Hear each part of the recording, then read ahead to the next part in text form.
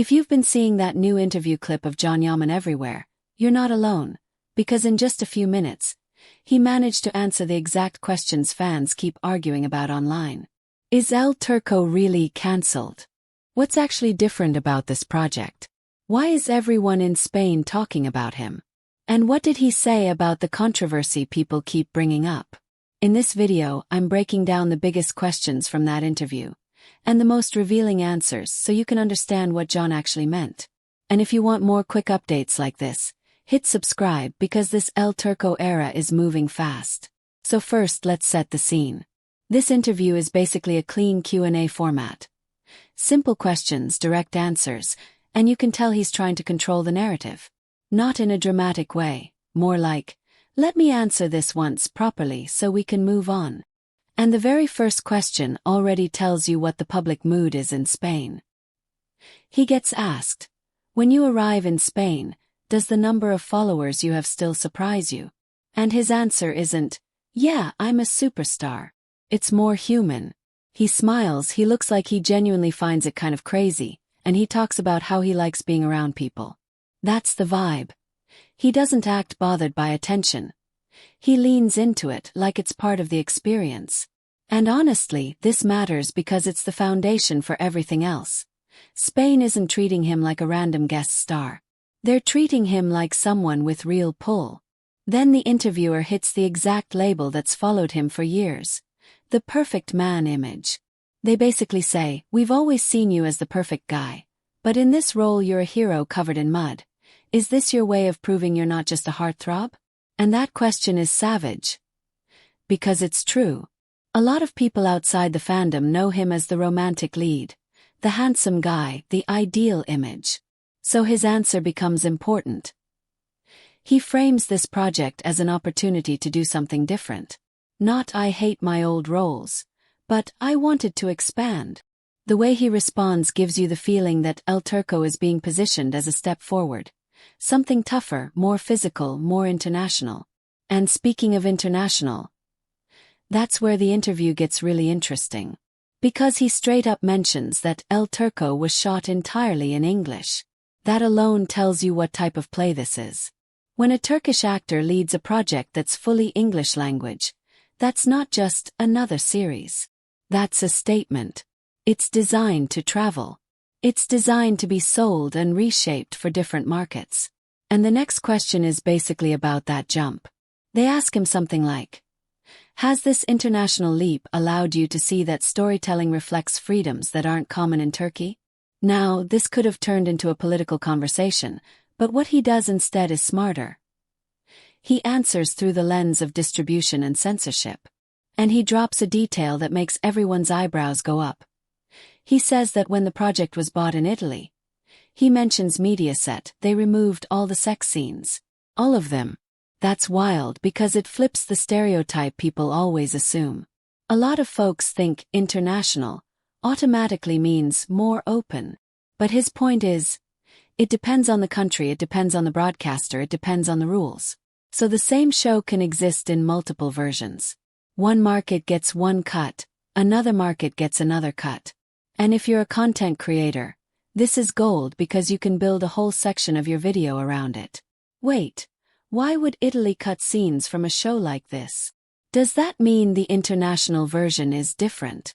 Are there multiple edits of El Turco?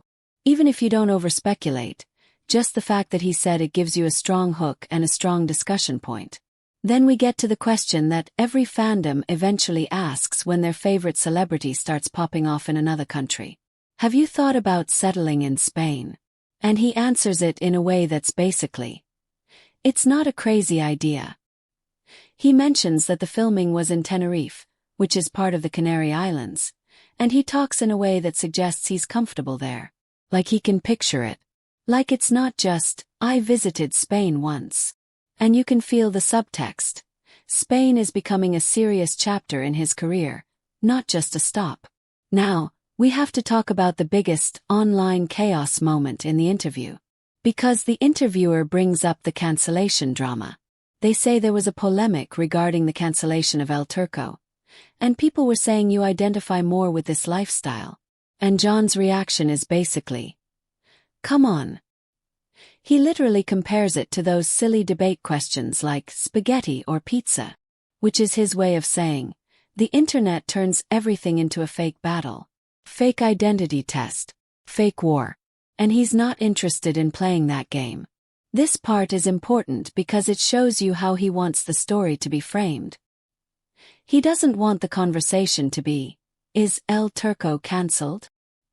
He wants it to be, El Turco is a real project.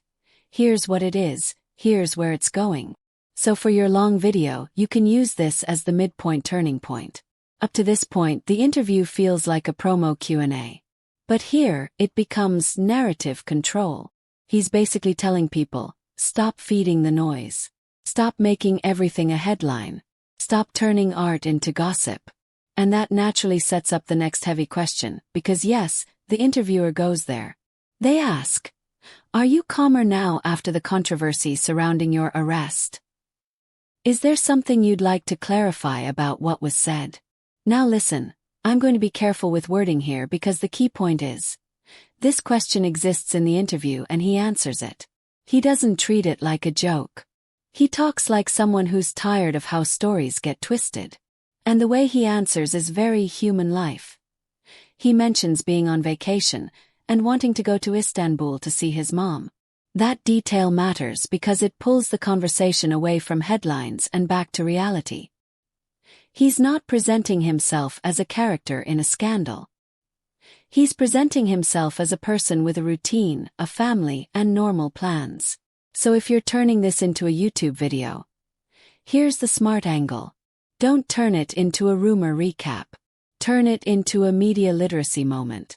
You can say, look at how the question was asked. Look at how he answered.